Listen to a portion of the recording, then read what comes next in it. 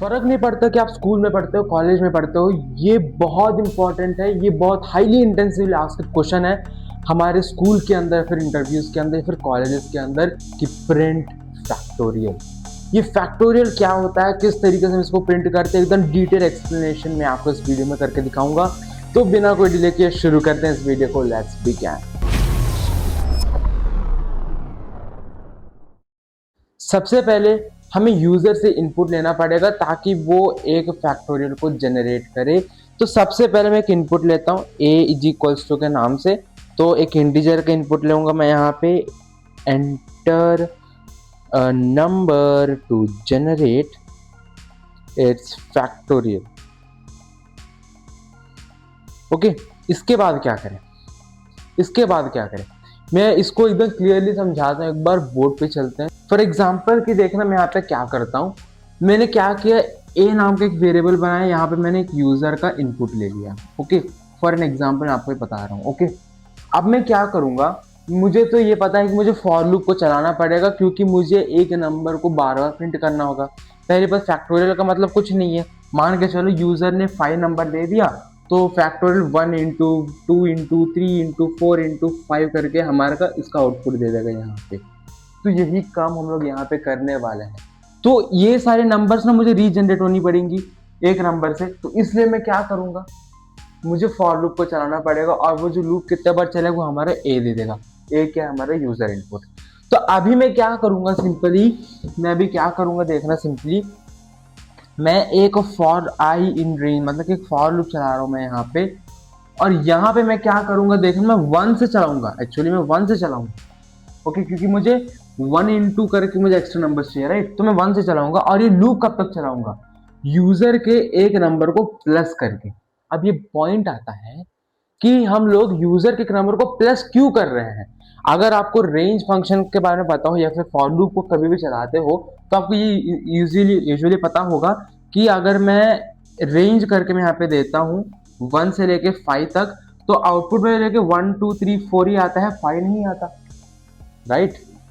तो ये बात आपको पता है। तो इसीलिए हमें क्या करना पड़ेगा, यूजर ने 5 दिया तो हमें 5 तक फैक्टोरियल चाहिए, इसलिए हमने 5 को एक प्लस और कर देंगे, मतलब कि 1 से लेके 6 तक लूप चलेगा और प्रिंट होगा 5 तक।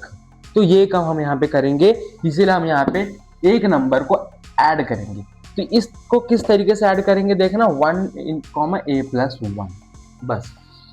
ओके, अब हम क्या करेंगे, मुझे एक ऐसा नंबर चाहिए जो कि मल्टीप्लाई होने पे वही आंसर आए। फॉर एग्जाम्पल कि अगर मैं 2 इंटू 2 करूँ तो मुझे 4 आ रहा है। मैं ये चाहता हूँ कि अगर मैं 3 नंबर को मल्टीप्लाई करूँ तभी भी 4 आए, और ये हर एक कंडीशन में वर्क होनी चाहिए।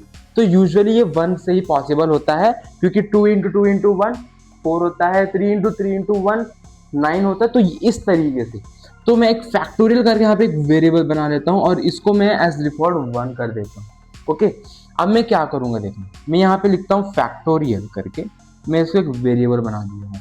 ओके, अब मैं क्या करूँगा, इसी फैक्टोरियल को मतलब कि 1 को इसी फैक्टोरियल को मल्टीप्लाई कराता हूँ आई के साथ। ओके, मतलब कि आई के साथ मल्टीप्लाई कराने में क्या मिलेगा मुझे, ये आई क्या आपको पता है ना, आई क्या है, ये 1 से लेके जो 6 तक लूप चल रहा है, मतलब कि मान के चलो यूजर 5 करके दिया है तो मैं वो मानूंगा, 1 से लेकर 6 तक लूप चल रहा है।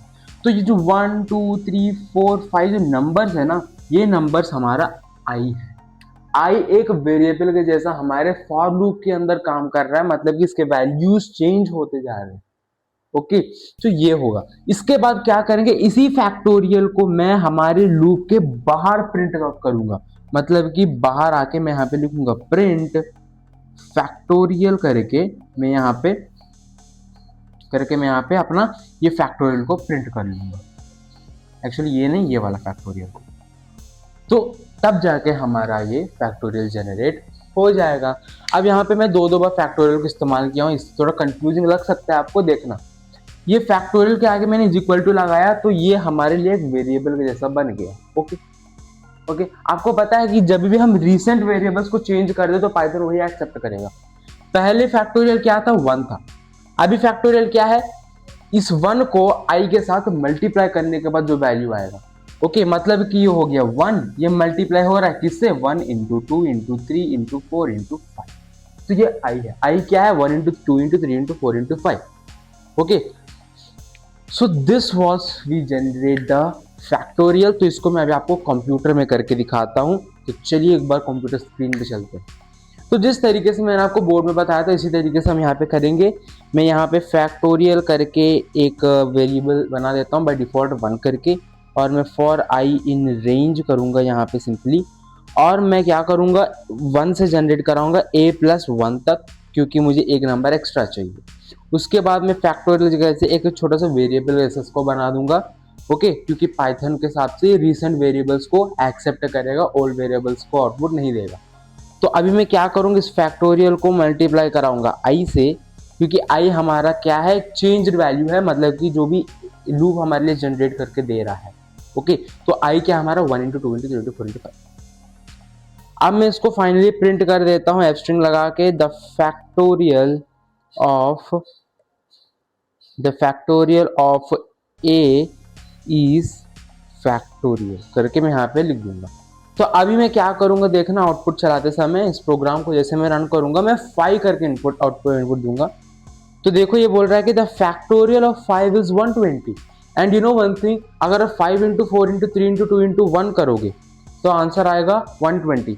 अगर आपको भरोसा नहीं हो रहा है, एक बार हम जाते हैं कैलकुलेटर के पास, एक बार इसको रन करके देखते हैं। ओके तो मैं यहाँ पे 5 इंटू 4 इंटू 3 इंटू 2 इंटू 1 करके देता हूँ, तो आंसर आ रहा है 120। So hence we had generated our first factorial.